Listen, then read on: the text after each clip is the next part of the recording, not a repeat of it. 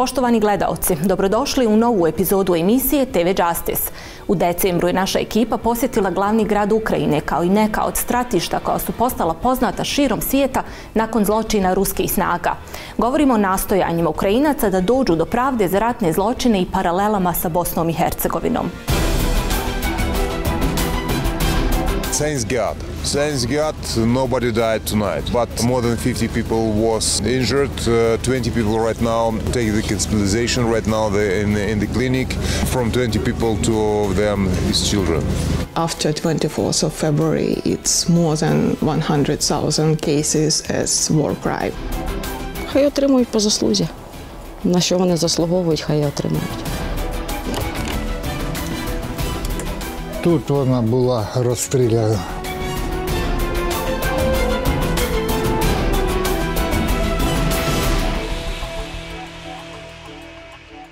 Skoro pune 2 godine nakon početka ruske invazije na Ukrajinu, stravičnih slika koje smo imali priliku vidjeti, a koje su podsjećale na ratnu Bosnu i Hercegovinu, odlučili smo prijeći skoro 30 sati dug put preko Austrije, Poljske do Kijeva. Svjedočili smo nevjerovatnim ljudskim pričama, obišli mjesta stradanja, doživjeli granatiranje Kijeva i osjetili kako Ukrajina po danu živi sasvim normalno u prazničnom raspoloženju do ponoći, kada se pale uzbune i ljudi se sklanjaju u skloništa. U ovoj emisiji pogledajte kako se Ukrajina nosi sa posljedicama ruske invazije i zbog čega je predsjednik Volodymyr Zelensky najavio da će u narednom periodu Rusija pokušati destabilizirati situaciju u Bosni i Hercegovini i na Zapadnom Balkanu.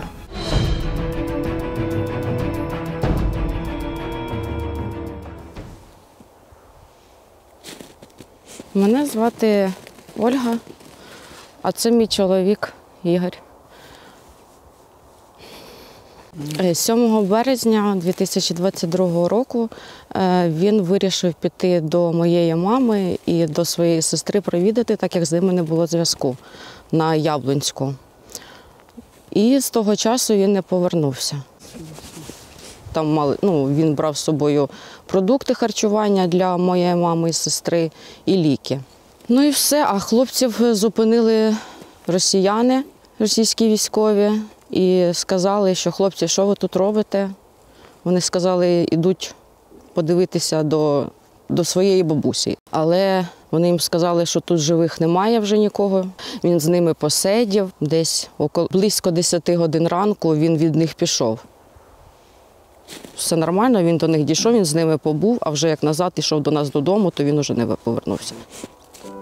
Ми 10 і 11 числа був якраз коридор зелений, і багато наших з Лісової Бучі, вулиці Тарасівська, з будинку, у нас десь було, я не знаю, мабуть, більше, ніж 50 чоловік. Це отак ми евакуйовувалися через Ірпінь. І оце все бачили. Ці всі мертві тіла чоловіка, але ми до нього підійти не могли, хоча дуже хотіли.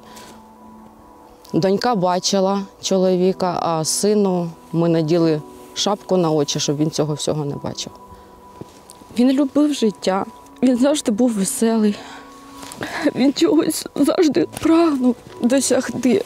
Ми збудували будинок, ми хотіли туди переїхати, він мріяв проживати в частному будинку, оце ж на Яблунській, але не встиг. Нам дуже його не вистачає, тому що він все робив для нас. Хотів, щоб у нас було завжди все добре.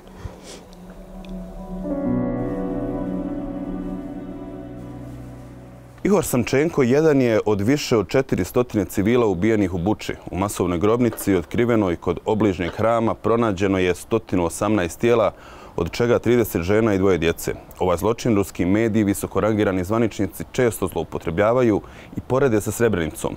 Tvrde da su ta mjesta u kojima je ubijen veliki broj civila i zarobljenika zapravo provokacija i iscenirani događaj.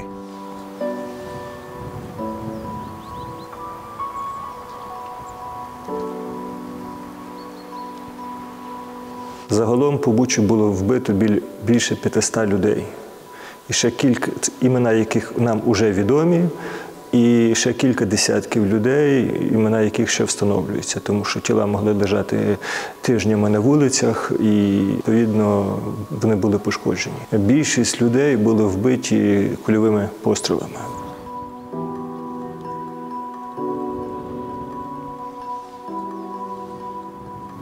Багато діток, скажімо, найменша дитина, яка тут загинула у Бучі, це 2 рочки. Ці люди нічим росіянам не загрожували.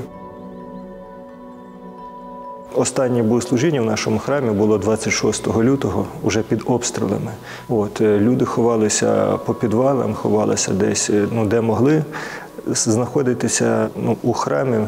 Ми спочатку думали тут робити своєрідне бомбосховище, але потім подумали, що якщо обрушиться купол зверху, то відповідно тут накриє всіх і це не є безпечно.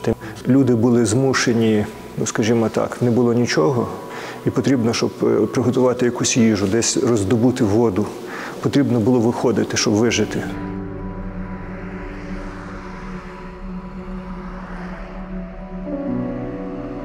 Вони зайшли. Перший же день, коли вони сюди прийшли, мені дзвонив дядько мій, він тут живе постійно. Перший же день прилетіло на подвір'я до них міна. В них в першу же ніч хата пострадала.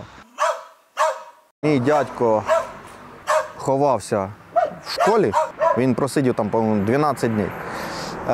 То з 60 людей казали, що 6 розстріляли. От дядько, він оце все пережив, він тут був. Перших цей лютий місяць, 24-ї до 1-го отут в підвалі були. А потім перебігли з жінкою в школу в підвал. У нас там було чоловік 60. Вони там і заходили один раз, в підвалі не трогали. Представляєте, стоїш отут за углом, БТРи, БМПшки стріляють, то по них стріляє, вони взриваються, це трошки далі було, туди до школи. Все горить, частні дома горять, ужас. У мене на цій нервній почві і зір пропав. Коротше, все. Тільки чув, мужик з бомбоубіжища, жінка його заставила виїхати. Він психанув і з нею поїхав, і вони цю машину розстріляли.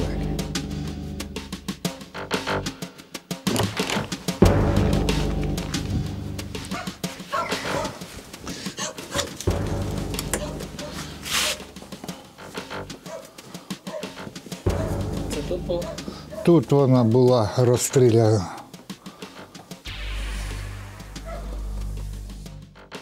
Ми не знали, що вони тут робили. Ми як приїхали, то це був шок. Це не люди, це я не знаю, як вони себе поводили як свині. Дядька обікрали все, що змогли винести. Всі цінні речі, все повиносили. Це був просто шок. Дивишся, це не люди, це орда якась.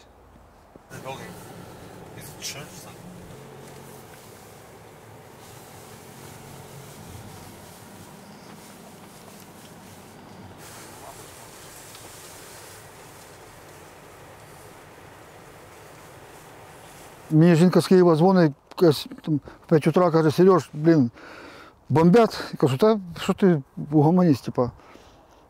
Я тоді зрозумів, я тоді повірив, що дійсно війна, якби. І, по-моєму, 10 числа, що всі виїхали, повиїжджали, все начальство, якби всі. Мені говорять, якби, їдемо, типу, з нами, я не знаю, я щось. Я залишусь. І все, я взяв машину, соляру, то зливав з усіх машин, бо не було, щоб їздити. Один хлопець, мені хотів допомагати, потім другий, не виносили цього всього, що там і з машин винімали, і на вулицях, в городах, якби, ну, в магазинах.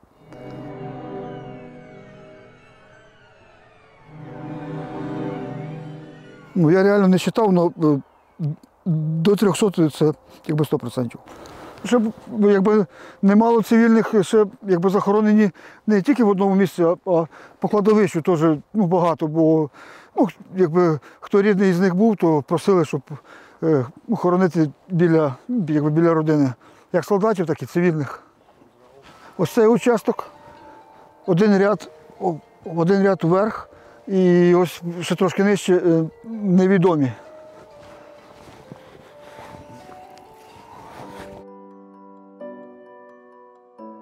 Buča je jedan od najpoznatijih zločina koji su počinile ruske snage tokom dvogodišnjeg sukoba u Ukrajini. Ovaj gradić, nadomak Kijeva i njegovi stanovnici još uvijek žive posljedice kao i veliki dio zemlje koja je svakodnevno izložena ruskim napadima.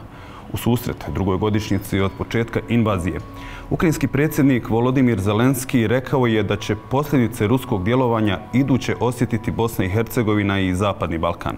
Upravo ovdje će, kako je najavio Zelensky, Rusija nastojati izvršiti destabilizaciju. Ukrainian government names Balkans all the time as the region where Russia wants to create the situation which will explode at some point. Balkans are important here because it's very convenient. It's not too far. It has grounds because it's always easier to create something on the ground where there is already some tensions. This is why Balkans are seen in Ukraine as a region where Russia will go next and where it's already probably active. They just prepare the positions and they activate them when they think that the moment has come. And President Zelensky wanted to warn everyone in the West that have a closer look, be very attentive. So Balkans might be next.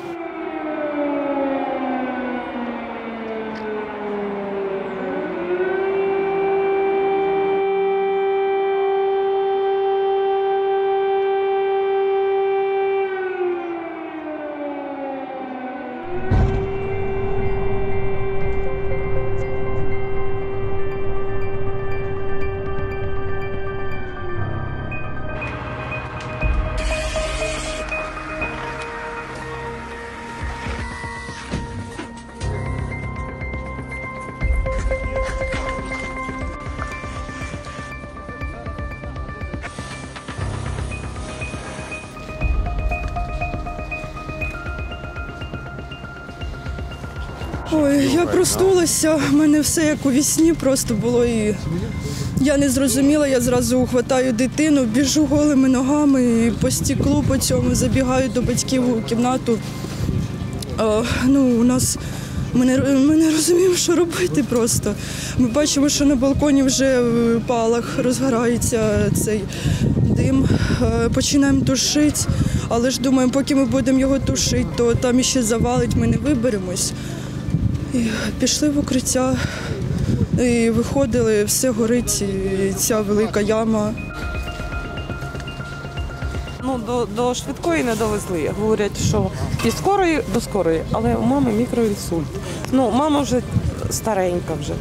Як можна? Де кого знайти можна? Але до мами там ще і з мамою ще там живе і сестра, дочка її з 2 дітьми. Де їх шукати? Скажіть, будь ласка, де їх шукати? Я не знаю, де їх шукати.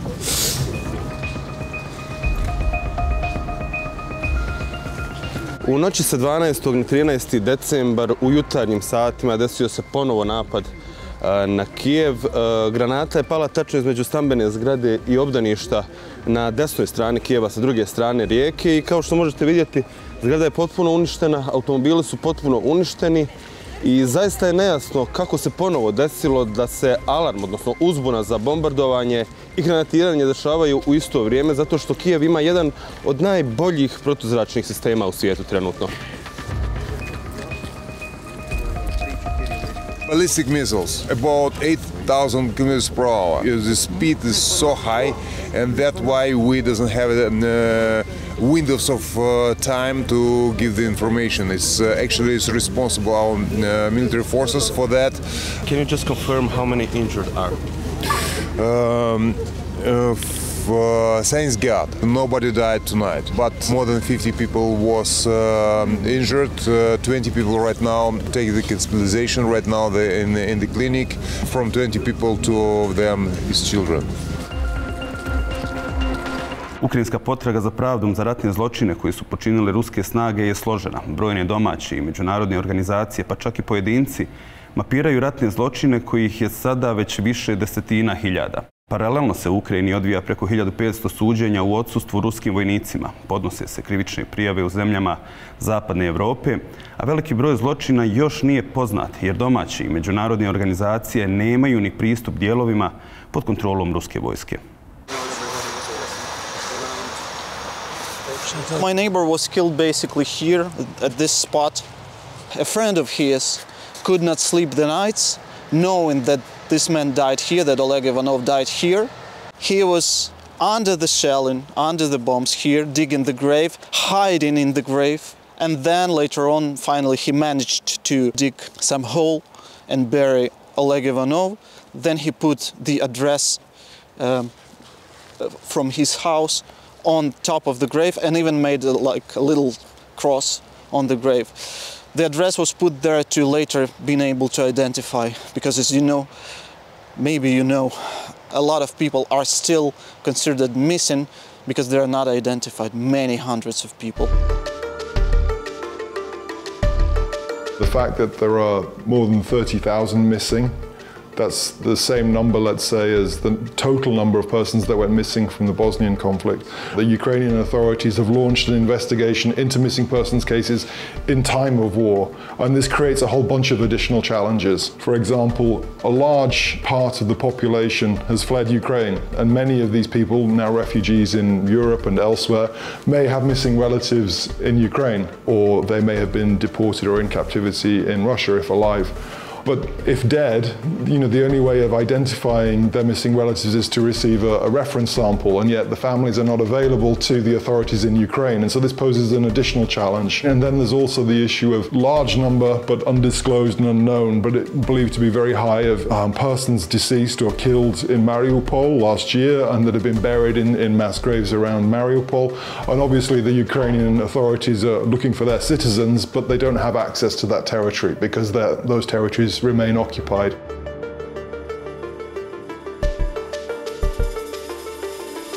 I started my investigation about what happened. I started looking for the evidence. Not only did I get this CCTV footage where you can clearly see Russians coming, pushing people out of the houses, even shooting, I also became friendly with the police authorities. I pushed them basically to start investigating the case of the cars being shot here on the road.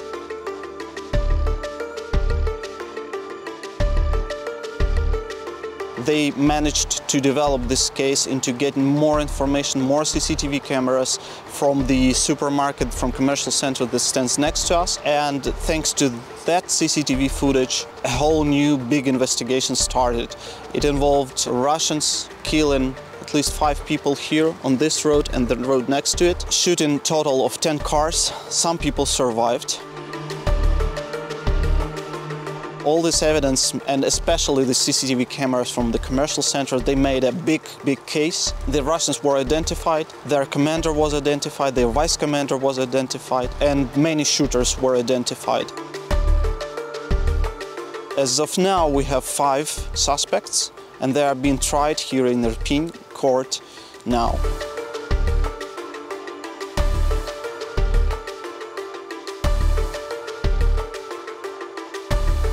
After 24th of February, it's more than 100,000 cases as war crime. I thought before the 24th of February that I saw the worst things, but now I cannot say this. I think for me, personally, it's cases of sexual violence related to armed conflict, because we have one case now where survivor was raped by 15 people for 2 weeks. At this point, it's really awful situation for me. We might find out after the occupation of territories even worse cases. Everyone trying to present great picture, how everything works, but in practice, courts are hearing like more than 1,000 and 1,500 cases for now, and 75% of it are trials in absentia.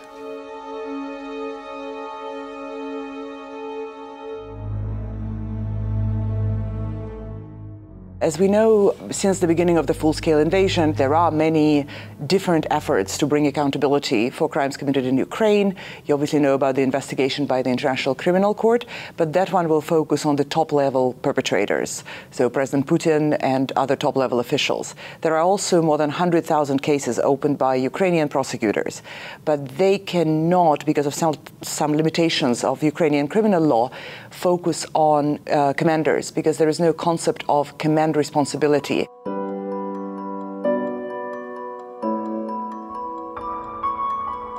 We was the first human rights organization who sent mobile groups when the war started in February 2014 to document war crimes in Crimea and the east from Ukraine.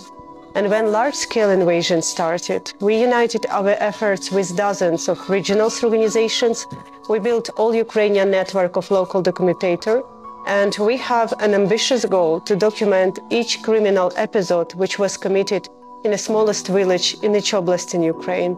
And working together, for current moment, in our joint database Tribunal for Putin initiative, we have more than 59,000 episodes of war crimes.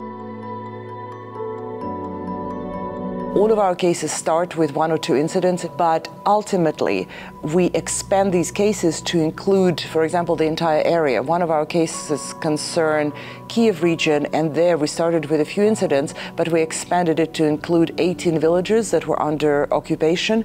And this is what allows us to go all the way up the chain of command, because it's usually very difficult to prove that an individual act of rape or individual act of torture was known to the commander. But it's much easier to show that if such crimes at scale were going on there for weeks and sometimes months, that the commanders who were in charge of units stationed there in charge of occupation would have known about this and failed to prevent them and failed to punish the perpetrators. As you know, during and after ICTY, the Yugoslav Tribunal, it took decades to chase criminals, fugitives, based all over Eastern Europe. And I very much hope that in this case we put some systems in place early on so that it wouldn't take us another 20 years to get them. Ukrajinci pokušavaju iskoristiti princip takozvane univerzalne jurisdikcije za ratne zločine prema kom se za ove masovne zločine može suditi u bilo kojoj zemlji svijeta. Takva praksa se pokazala uspješnom u privođenju počinilaca ratnih zločina u Iraku i Siriji. U Njemačkoj su do sada podnesene 3 krivične prijave protiv 21 ruskog vojnika, ali nada je da će taj broj porasti do 100 u narednim mjesecima i da će se krivične prijave podnositi širom svijeta kako bi se proširila mreža naloga za hapšenje i potencijalnih optužnica. Ipak, žrtve i organizacije kažu da je, kao i u Bosni i Hercegovini, sve manje nade za ostvarivanje pravde. For some, justice means to see their perpetrators under the bars. For another people, justice means to get compensations. And without this, they will feel unsatisfied.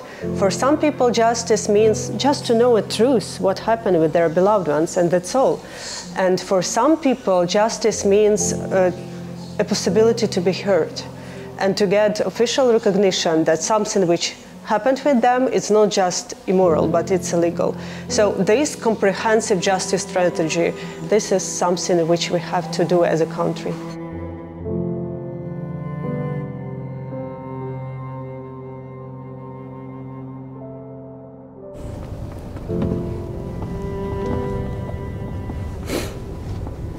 Якби писалися і заяви і в поліцію, і в прокуратуру, і нас викликали на допити не один раз. Але поки тиша, нічого не кажуть, як просувається справа. Ми подали заявку і в Міжнародний суд. То чекаємо. Хай отримують по заслузі. На що вони заслуговують, хай і отримають.